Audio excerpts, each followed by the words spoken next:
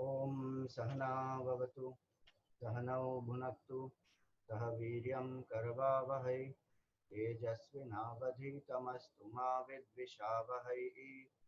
ओम शांति शांति शांति।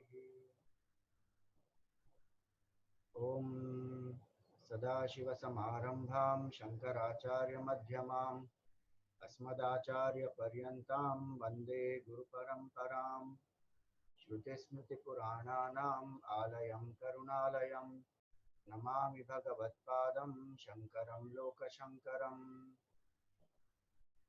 समस्तजनकल्याणे निरतं करुणामयं नमामि चिन्मयं देवं सद्गुरुं ब्रह्मविद्वरम्।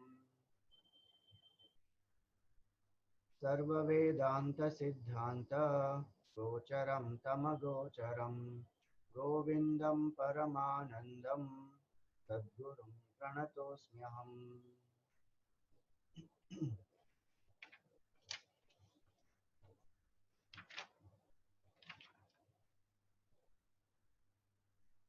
So yesterday we saw the the part till Shankaracharya ji visits his mother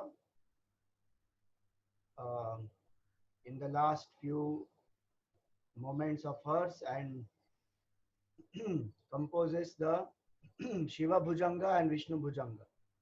And ultimately the mother is granted moksha. She goes with those Vishnu Parshad. And he does the cremation and the orthodoxy outcasts him. It is at that time that whole incident gets over. And if you remember, this king in Kerala called King Rajashekhar,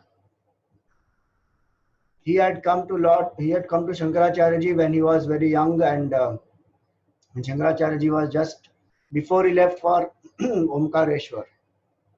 He had come there and he had heard the compositions of Shankaracharya ji, and he himself had made some compositions which he had narrated to Shankaracharya ji, and he had got his blessings. So that king came to offer his supplications, and they were having some satsang, and Shankaracharya ji asked him that have you made any new compositions?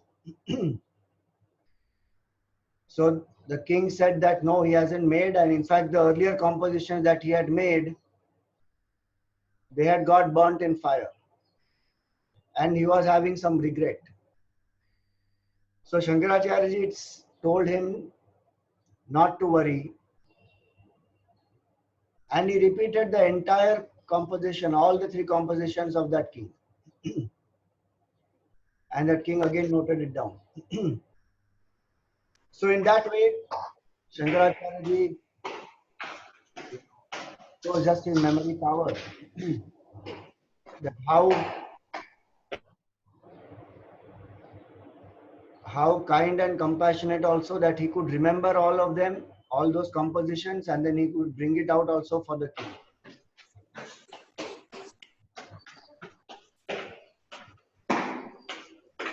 Somebody has to mute there. Yeah. So now Shankaracharya ji leaves Kerala and he sets out. So along with him there would be a lot of disciples, the four main disciples, and many of the other followers. Some of the names are very important here. One of them is Anandagiri. Anandagiri ji has written a lot of tika on Shankaracharya ji's commentaries, which we study on the Gita and many other compositions. And also this king Sudhanva and his retinue would be with him. And there are a lot of other people, followers, in every place that he went, they would accompany him.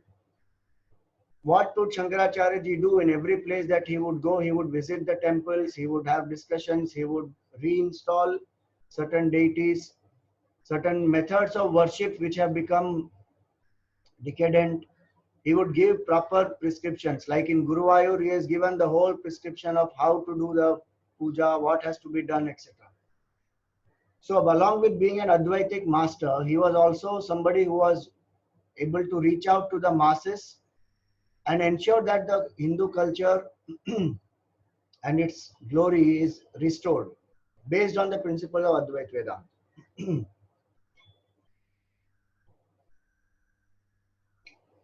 Of course, he would also invite scholars, have debates, and transform their thinking. So Shankaracharya ji, for him, see, three visions of oneness he had. Absolute vision of oneness, spiritual vision of oneness, that all beings are the same Supreme Self. Second was the cultural vision of oneness, that all of us from the Himalayas to Kanyakumari and from the northeast up to Afghanistan, that was the India of that time, Gandhar Pradesh. For him, this entire country was bound by that one Vedic culture. And in that, the essence was Advaita Vedanta. And then the third aspect was the national unity. That he dreamt that the whole country must be one. People must feel that this is my country. So, many times it is said he traveled across the country 4 times on foot. Somebody says it is once or twice. But important thing is, in those times, with such less technology, such less transport facilities and technology available, he still managed to travel across the country and unite the country from all the 3 standpoints. So some of the important places that he went is what we will take up today. So from Kaladi, he went to Rameshwaram, he went to Srirangam, and then moved to Kanchipuram. When he was moving in these areas, he found that there are lots of groups of devotees in every sect. So some people worship Shiva, some people worship Bhavani, some people worship Mahalakshmi, Saraswati, Jagadhatri, like that, many groups. Some are worshipping the demigods, some are worshipping the Bhutaganas. Like that, there are lots of groups and sects of people who are worshipping. And even in the deities, there are groups. Like in the Vaishnav sect, there are groups. Bhaktas, Bhagavatas, Vaishnavas, Pancharatras, Vaikhanasas, and Karmahinas. These are only the groups in the devotees of Vishnu. Same way in devotees of Ganpati, there were groups: Mahaganapati, Havidra Ganapati, Uchchishta Ganapati, Navanita Ganapati, and Swarna Ganapati. So now all this was not allowing them to identify with Hinduism as one. Each one was identified only with their sect. So what Shankaracharya ji did is 2 things he did. One is, and worshipping of many deities was happening. So he brought all of them together and he established what we call as Panchayatana.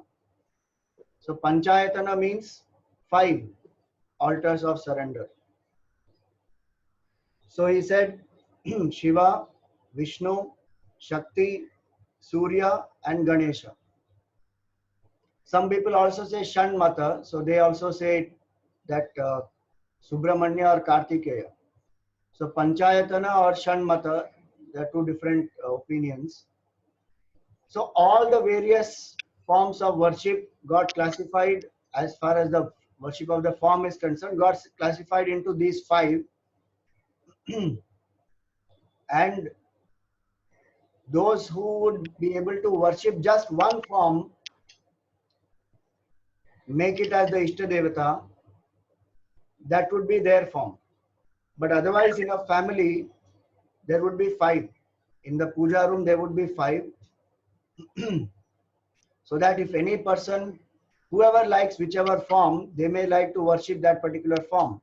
But whichever form they choose, as an individual or as a family, that form becomes their main form, and the rest of them are considered as the manifestations of that particular form.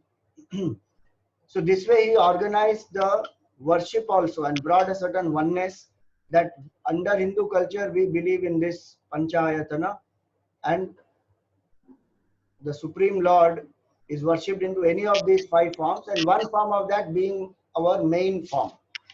So the intolerance towards the other forms also gets removed when we have Panchayatana, as well as there is no confusion of only being in a particular sect. They connect back to the main source, which is a Hindu culture. From there, Shankaracharya ji went to Kanchipuram, and there he installed a tantric yantra of Kamakshi Devi. And he directed the king to build a temple of the goddess over that yantra. He also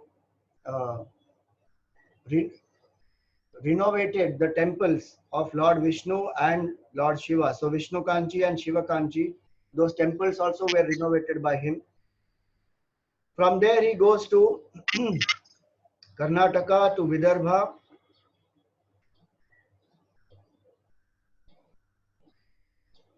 What happened there is, see, Shankaracharya ji was challenging the leaders of those times and establishing the supremacy of Advaita Vedanta. So not everywhere it will be accepted so well. There will be opposition, and there will be even, if you see here, they say that he encountered Kapalikas. Kapalikas are the tantrics. Once earlier he had encountered Kapalikas where they wanted to cut off his head. And it is then that Padmapada comes into Narsimha avatar and destroys the Kapalikas. He invokes Narsimha in him and then he destroys the Kapalikas. So Tantra also was very, very predominant in some of the portions of our country. And the Tantric worship had degenerated. So when the Tantrics, these Kapalikas were defeated, they attacked Shankaracharya ji. Luckily, the soldiers of King Sudhanva who were there, they defended, they protected him. But the leader of this sect, his name is Krakacha, he took a skull in his hand and he closed his eyes. He started meditating on their deity, which is Bhairava. And it is said that in a short time that empty skull was filled with liquor, and he drank half of it and he kept it away. And then he continued to invoke that deity, Bhairava. And when the deity manifested, he directed the deity to destroy Shankaracharya ji, to kill him. But Bhairava got very angry and told that Kapalika that how dare you tell me to destroy my own self. And he turned on to that Kapalika and finished him. And then Bhairava requested Shankaracharya ji that this tantric worship has become degenerated. So please, you revive that also and bring them back to the nobler way of worship, educate these tantrics. And so Shankaracharya ji did that also. See, some of these things we don't know. We only think of him as an Advaitic master, champion of Advaita. But renovating temples, re-establishing the puja vidhis, re-educating the tantrics, bringing a certain unity in the worship, and also bringing a certain cultural unity. All this Shankaracharya ji did as a leader. So we should not limit him only to a person who is just spiritual person and has only a specific role that he played. He played a very vast canvas he had. So that is what Shankaracharya ji did, and from there he went to Kalinga, and ultimately he went to the famous Jagannath Puri. Now, because of a lot of invasions, etc., on our country, it was so what had been done was that the main deity of Jagannath, so the idol, was hidden away, was immersed in a lake called Chilka Lake, because they didn't want the invaders to come and destroy.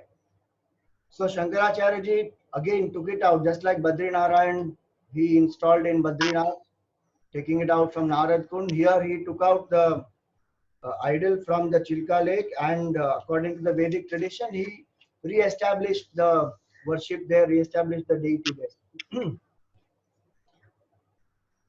From there he went to Koshala and Magad, and there are different sects, people who worship Indra, people who worship Kuber. All of them, he had discussions with them, brought them to the main forms of worship, not the worship of the demigods. From there he went to Prayag, and a interesting account comes here that he met a person who is a Shunyavadi. Shunyavadis are those who believe that the absolute truth is a zero, a nothing, void. So the Shunyavadi, when he sees Shankaracharya ji, see how he greets him. Very interesting description. So he says, while I was coming to meet you, I witnessed a wonderful sight. I saw the son born to a barren woman who took bath in the waters of the Miraj and made a garland of flowers which grew in the sky. He was walking away, taking this garland in one hand and a bow made of horns of a rabbit in the other. I thought he was a god, and after prostrating to him, came to see you. So he was basically making fun of Shankaracharya ji. But then Shankaracharya ji spoke to him, and they had the discussions on Shunyavad versus Advait Vedant, and ultimately that person got transformed.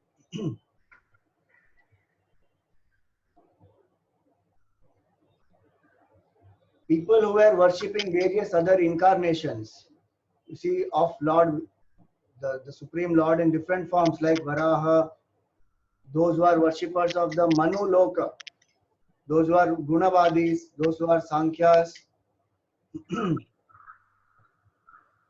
Paramanu Karanavadis, they all were confronted by the Acharya, and each of them ultimately came back to Advait Vedanta. From Prayag, he went to Kashi and spent 3 months there worshipping Bhagwan Vishwanath again. From there he had started. Again he has come back to Kashi. One round of his is over. And it is at Kashi, once when he is moving about, he finds that there is an old man who is mugging up some rules of Sanskrit grammar. Dukrin karne. So kru means to do. Kru is a root.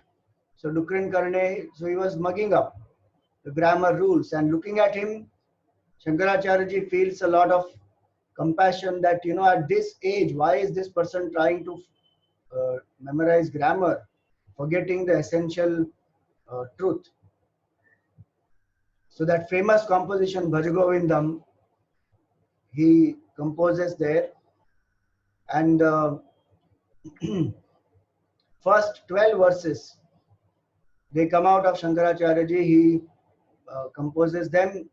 Each of them, at the end of it, he keeps telling the person, Bhaja Govindam, Govindam Bhaja Mudhamate. Followed by him, each of his disciples give out one verse. So those are other 14 verses, and ultimately last 5 verses are concluded by Shankaracharya ji. So 31 verses of Bhaja Govindam composed at Shankaracharya ji then is invited to Saurashtra. So he goes ahead through Ujjain, and he meets, he goes to the Mahakaleshwar temple there, and from Ujjain he goes to Girnar, Somnath, Prabhas Tirtha, where Lord Krishna dropped his body, and goes to Dwarka. And interesting is, passing through all these places, ultimately Shankaracharya ji crosses the desert, and he also goes to the modern Peshawar, which is the kingdom of Gandhar of that time.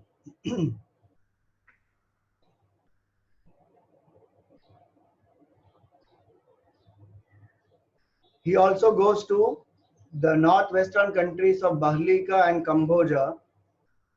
Buddhism was very, very popular in those regions, and No leader of Buddhism came forward to dispute with Lord Adi Shankaracharya ji. So he went around spreading the knowledge of Advaita in that place without any opposition. From there he went to the modern day Kashmir. You see, Kashmir is actually the land of Kashyap Rishi. And in what a sad condition it is today. It was our land. It is land of the Hindus. So in Kashmir is the Sarvagnya Pitha, considered as the throne of omniscience. And the most knowledgeable person alone can ascend that throne. So there is a Sharda Peeth there, which is where Mother Sharda is worshipped, Saraswati Devi is worshipped. And that Pitha is known as the Sarvagnya Pitha, the seat of learning or knowledge.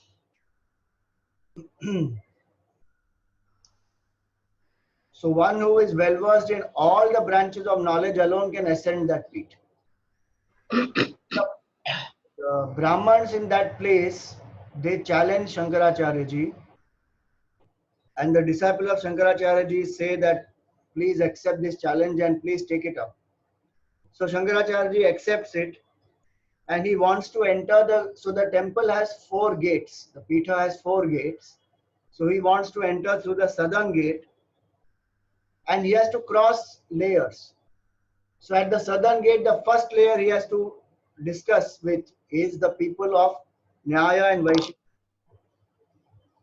He answers their questions, he clears their doubts, he wins over them, goes to the second gate, second layer from that gate, and that is the Sankhya and Yoga, Patanjali's Yoga Sutra. So Sankhya and Yoga, the followers of these, they debate with Shankaracharya ji, and he wins across.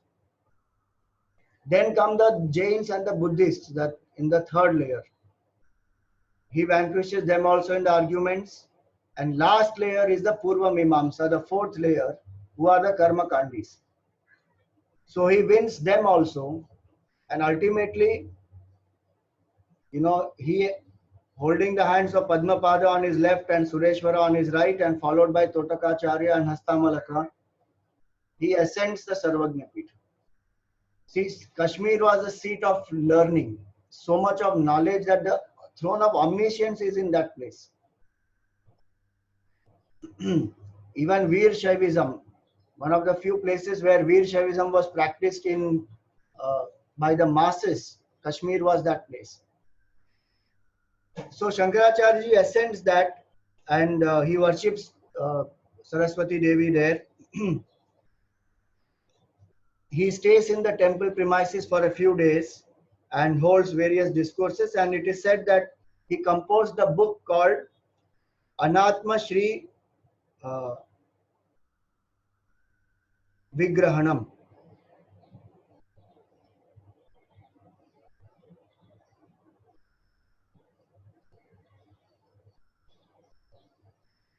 Through the beauty of nature, he brings them to the beauty of the inner self. That's why the composition is named Anatma Shri Vigrahanam. Now the king of Kashmir, he had made arrangements for the stay of Shankaracharya ji and his disciples, but Shankaracharya ji preferred to stay in a Shiva temple nearby, in an ancient Shiva temple, on top of a hill which was overlooking the city. And that hill is called as a Shankaracharya hill. Even today that hill is there, Shankaracharya hill is there, near Srinagar. It is also said that near Srinagar there was this temple of Mother Bhavani, and Shankaracharya ji has worshipped the goddess there and composed the Saundarya Lahari there while staying in the temple. And the temple is today called as the Kshira Bhavani temple.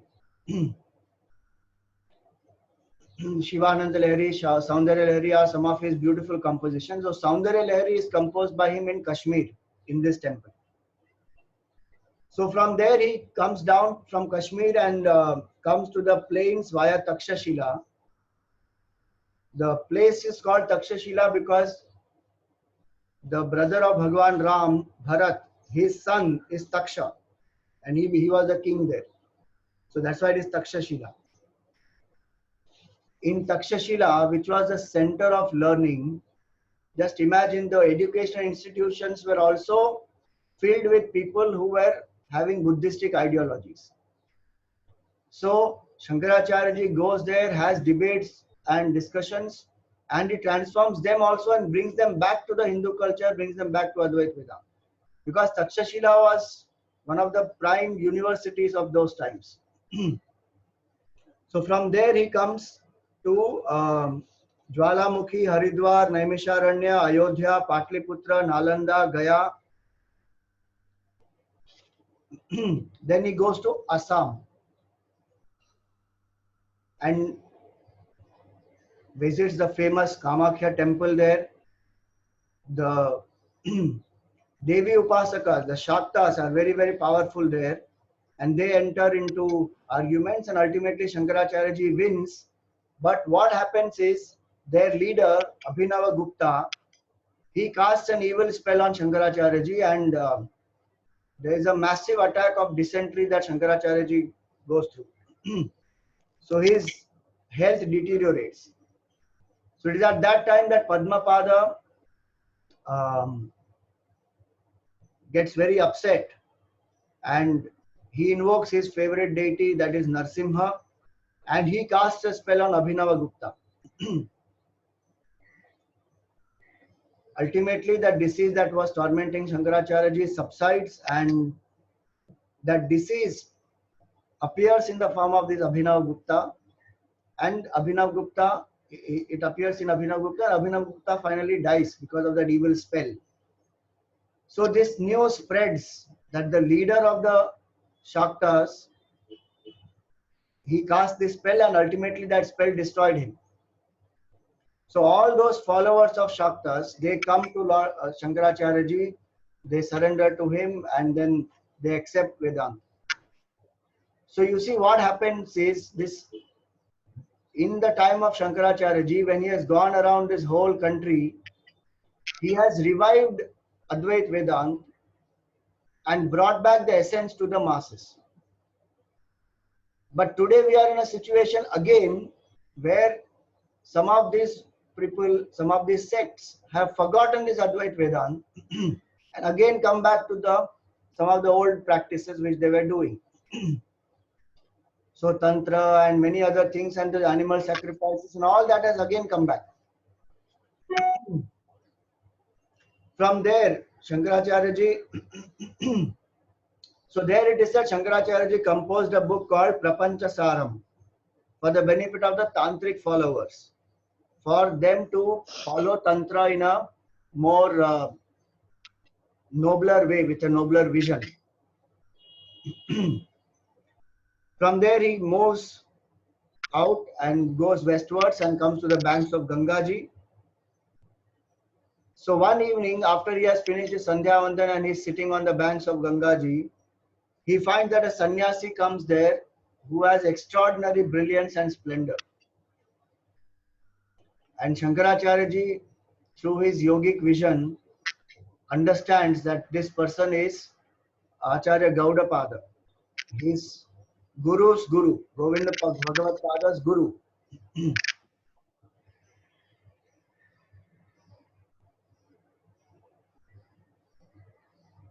So he recognizes him and he prostrates to him. Gaudapada Acharya has come there actually to just bless him. He prostrates to him and Gaudapada Acharya ji congratulates him that the mission that he had set up to accomplish was getting accomplished so beautifully. So he comes there to congratulate him and to give him his blessings, and ultimately he disappears, and Shankaracharya ji is sitting there absorbed in samadhi. After a few days, it seems that there are some people who come from Pashupatinath in Nepal, and they report to him the pitiable state of affairs of that temple there and the misdeeds of some of the Buddhists there. So Shankaracharya ji goes to Nepal, goes to Pashupatinath, renovates the temple, reforms the methods of worship, and he also instructs the king on what exactly has to be done. And it is said that the king named his son born to him as Shankaradev in loving memory of the Acharya. So from Pashupatinath, Shankaracharya ji goes back to Badrinath, and very happy he is that to see that the methods he had established there for worship, etc., they are being followed. And he sits there, he stays there for a few days, and he worships the Lord, and he composes Harim Ide. Harim Ide, I worship Lord Hari. So that composition he composes, and finally he goes to Badri Kedarnath. All this what he has done, 32 years have passed now, and his time to depart has come. So he wanted to give up the body at the sacred place Badrinath, at the sacred place of Kedarnath, and the disciples were very unhappy because the master is going. Naturally, that would happen. So Shankaracharya asks them if they have any doubts. Still, they can still ask, and he can still clarify them. Just imagine the compassion that the disciples who have been traveling with him for so long, who have heard him, who have seen him defeating all the different schools of thought, still Shankaracharya ji asks him, if you have any more doubts, please ask and clarify. So Padmapada again asks that please tell us what exactly we are supposed to do now. And it is King Sudhanva who requests Shankaracharya ji that he should entrust his four most distinguished disciples with the work of establishing the four mathas. So he has visited all these places, and Shankaracharya ji was told by King Sudhanva that please pass down this eternal knowledge by appointing these people as the in charge of these mathas, and let the lineage continue of this knowledge, Advait Vedanta. So then Shankaracharya ji thinks, and then he says that yes, let the four mathas be set up. And remember, he personally has set up the Sringeri Matha. But then he gives the command to the disciples that yes, go ahead and establish one in Puri, one in Badrinath, one in Dwarka. And he also said that let the Kalika Math be established at Dwarka, Govardhan Math at Jagannath Puri, Sharda Math at Sringeri, and Jyotir Math at Jyotirdham. These are the names of the mathas. And he set up the entire code of conduct for the mathas. That is called as Maha Anushasanam. How to run the matha. You see the organizational capacity of Shankaracharya ji. What today they call standard operating procedures. He has set up at that time that a matha, this is how it has to be run, these are the activities, these are the do's and the don'ts, and the mathadipati has to do this, the temple priest has to do this, everything. He sets up the entire thing, and King Sudhanva has taken down the dictation by himself. The entire administrative part and the spiritual part, both he gives. So the leadership qualities of Shankaracharya ji, this is where one has to admire that. Then having done all this, everybody is quiet looking at the face of Shankaracharya ji, and King Sudhanva again asks him, please give us the essence of the Advaitic knowledge. So that Dasha Shloki that he had composed when he met Gaudapada, Govinda Bhagavat Pada, Shankaracharya ji recites the Dasha Shloki once again, and he says that by contemplating on this, you will have the essence of the Vedantic knowledge.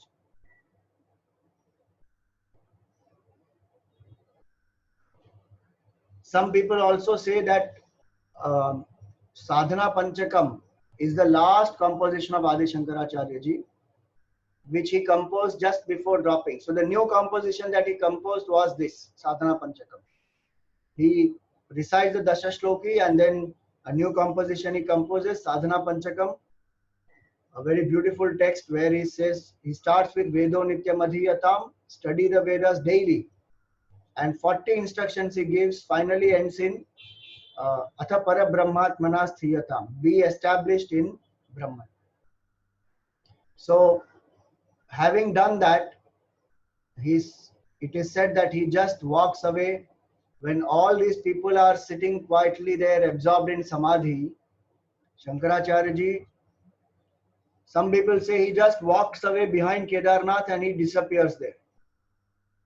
So there is no samadhi of Shankaracharya ji. His body disintegrates into the 5 elements.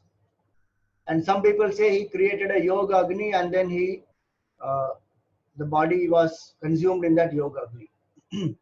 So this is how the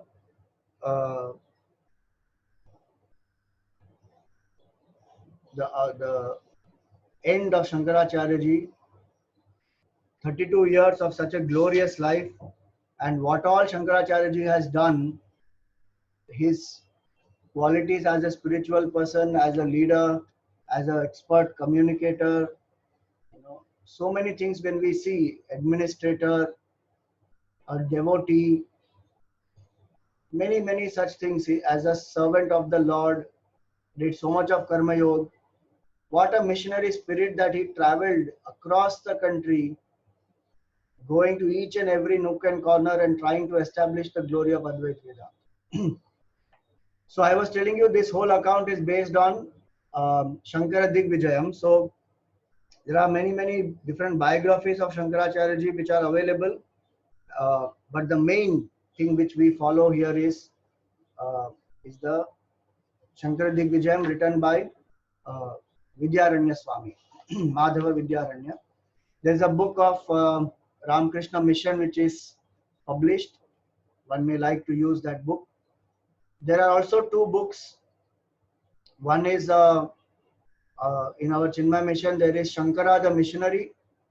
Some of it, I was referring to that book also, Shankara the Missionary. And also our Chinmay International Foundation has come out with the book from, I think it's called From Finitude to Infinity. That is also on the life of Adi Shankaracharya ji. So those of you who want to know more about it may please refer to that. So this was about his life, and anybody has any questions on his life are welcome to ask.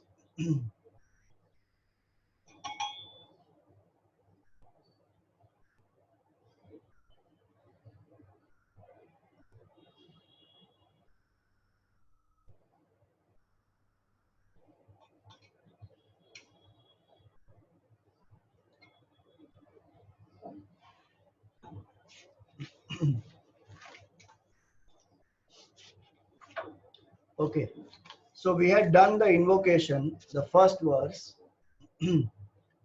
Sarva Vedanta Siddhanta Gocharam Tam Agocharam. That supreme reality is indicated here by the word Agocharam. So as we discussed earlier, Go means the senses. So 5 senses of knowledge: seeing, hearing, tasting, smelling, touching. When we say it is agochar, the 5 senses of knowledge, they cannot perceive the self, perceive our own true nature as an object. Because the self is that consciousness which is enlivening this. Like Gurudev used to give the example of the battery. So the torch which is there, the bulb cannot see the very cells which are giving it the power. So in a dark room, the torch which is lit, if the bulb wants to see from where is this light coming and you dismantle it, it's over. There won't be light anymore. So in the same way, the senses are being enlivened by pure consciousness. They are functioning because of pure consciousness, and consciousness being infinite is not available for direct perception. It's not an object. It does not have a form, no properties, no qualities. So perception is not possible. Then can we do inference? Like many places, we don't see something directly, but we infer. So the example given for that is we see fire, we see smoke in a far off place. We don't see the fire, but because of the smoke, we infer that there must be a fire. So can there be an inference? So Vedanta says no, the self cannot be inferred. Just because the body, mind, intellect is functioning doesn't mean that through that we can infer that there is a self. Because inference also is based on direct perception. Self is not available for direct perception. So Pratyaksha Pramana is direct perception. Anumana Pramana is inference. So the self is not available for direct perception nor available for inference through the mind. Because it's not a thought, it's not an object, it is not directly perceptible. So then how to know this self? So it is said, Sarva Vedanta Siddhanta Gocharam. Through the knowledge of Vedanta, through the Shabda Praman, this self is perceptible or experienceable. Not through senses, not through mind, not through intellect, but through an intuitive understanding. So when we listen to the Mahavakya, Tat Tvam Asi, from a teacher who is established in the truth, through that knowledge, through that Upadesha, when our mind is pure, that intuitive understanding that arises in the heart of a person, that is actually called Shabda Praman, which is the means to realize the truth. So Shabda Praman is verbal testimony. It is not just some words. It is to be communicated by the teacher who has established himself in the truth and who is well versed in the knowledge of Vedanta. From such a person, when this knowledge is heard and our mind is ready, it is pure, through that a person comes to know the self. And so in the invocation, the first line is Sarva Vedanta Siddhanta Gocharam Tam Agocharam. And what is that state of pure consciousness which is Agocharam? It says Govindam Param Anandam. It is that state of Govinda. And it is a state of absolute bliss. So Govinda has different meanings. One meaning of Go is the senses. So Govinda means the one who enlivens the senses. You see, beautiful analogy that is for even referring to Lord Krishna. Lord Krishna is called Govinda because he used to take the cows. So second meaning of Go is cow. So he used to take the cows. He was a cowherd boy. So every morning he will take the cows and go into the forest, and the cows will graze there, and through the day he would be playing his flute, and when it is evening he would bring back all the cows.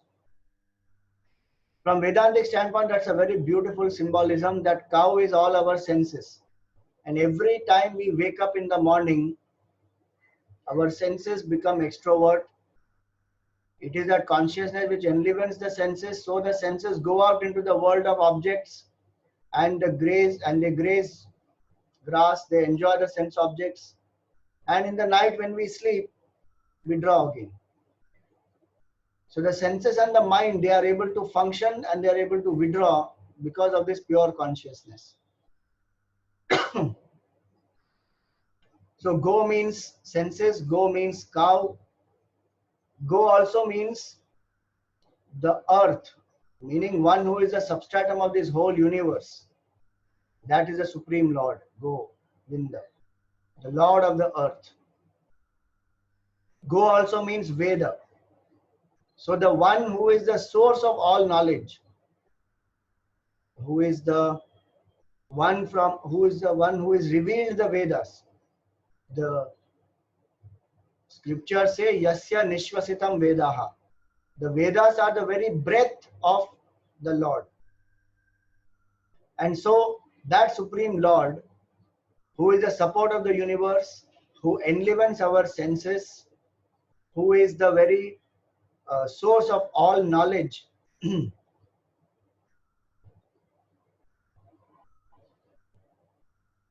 that Supreme Lord, who is of the nature of Paramananda, Shankaracharya ji worships that Lord, and through that he also worships his own Sadguru, Govinda Bhagavat Pada. Govindam Paramanandam Sadgurum Pranatosmyaham. So Govindam refers to the Lord, and that same Govinda is his Sadguru also. So Guru Sakshat Parabrahma. When it is said, Shankaracharya ji also follows that my Guru is none other than the Supreme Lord. That bhav he has as a student, he has that bhav that my Guru is the Sadguru. My Guru is the Supreme Lord. And as Gurudev would say, the Lord alone can be the true Guru. Nobody else is the Guru. One who has realized the truth has become one with the Lord, that is a Sadguru. But anybody else also who is teaching Advait Vedant, it is Bhagwan who is teaching through that person. So we should always connect to the Lord as the altar of our surrender. So Govindam Paramanandam Sadgurum Pranatosmyaham. I salute, I prostrate to that Supreme Lord. So this is the invocation verse.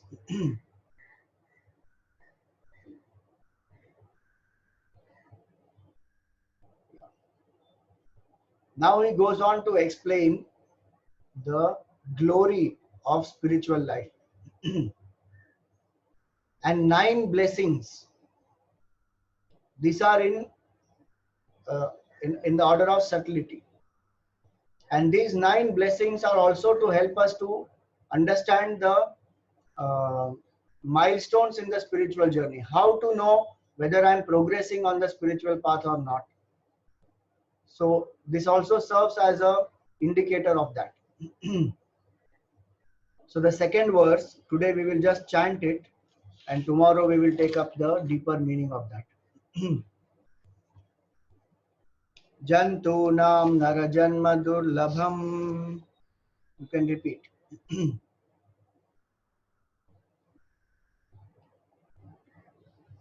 Somebody can unmute so that I know that you are following that. Jantunam narajanma durlabham. जन्तूनां नरजन्मदुर्लभम् Pushpam tato viprata. तथा पुष्पं ततो विस्तृता मार्गपरता तस्मात् वै धर्ममार्गपरता विद्वत्मस्मात् परम् विद्वत्वमस्मात् परम् आत्मानात्मविवेचनम् आत्मविवेचनं सनुभूय So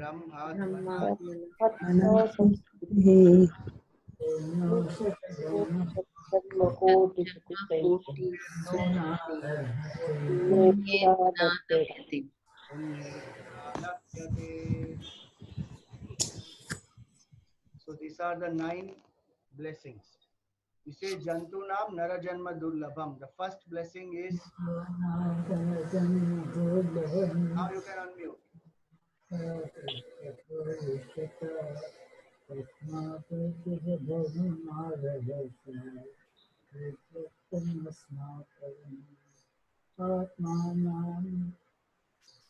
Somebody who is chanting, can you please mute your audio?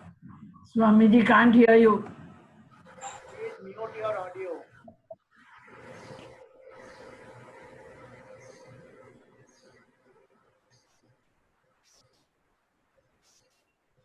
So, Jantunam Nara Janma Durlabham.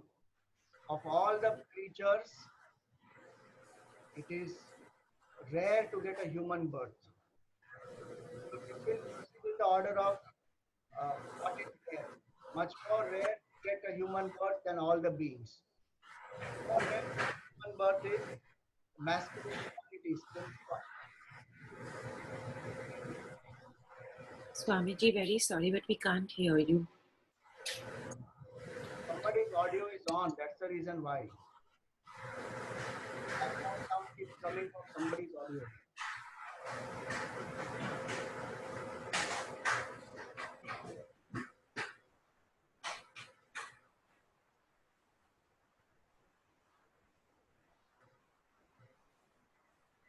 I also suggest one more thing, that if you can have a headphone, it will be helpful. Once the headphone and put it on, you will be able to hear more easily.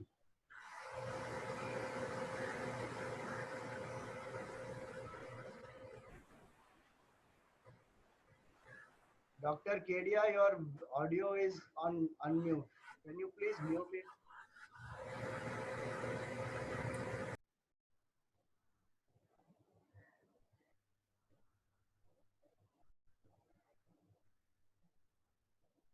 Okay, so of all the creatures, human birth is very, very rare. Jantunam nara janma durlabham. Rare is in that also to get masculine qualities. Pumstvam.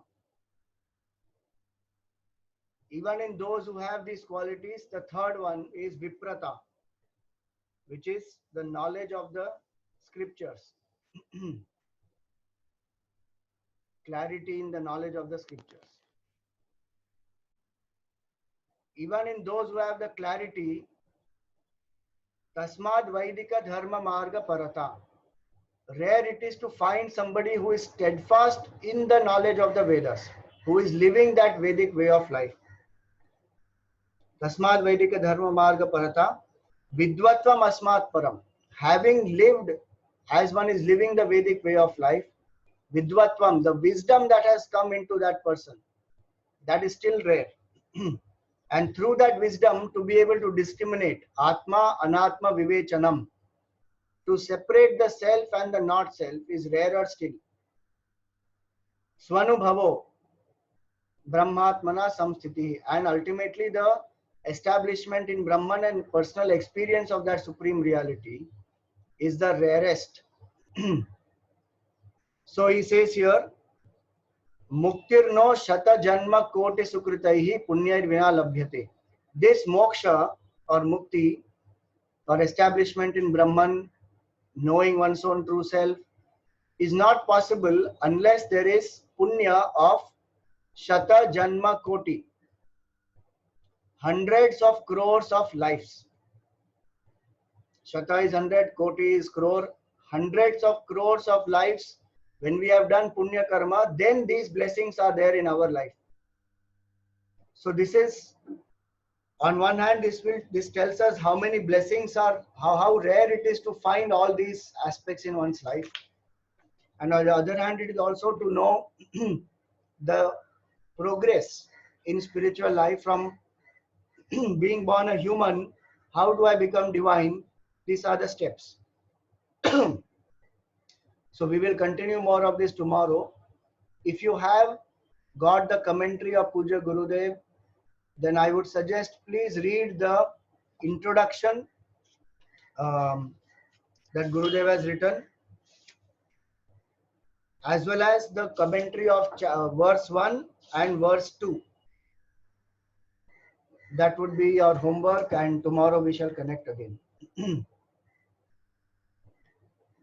Om Purnamada Purnamidam Purnat Purnamudachyate Purnasya Purnamadaya Purnameva Vashishyate. Om Shanti Shanti Shanti. Harihi Om Shri Gurubhyo Namaha. Harihi Om.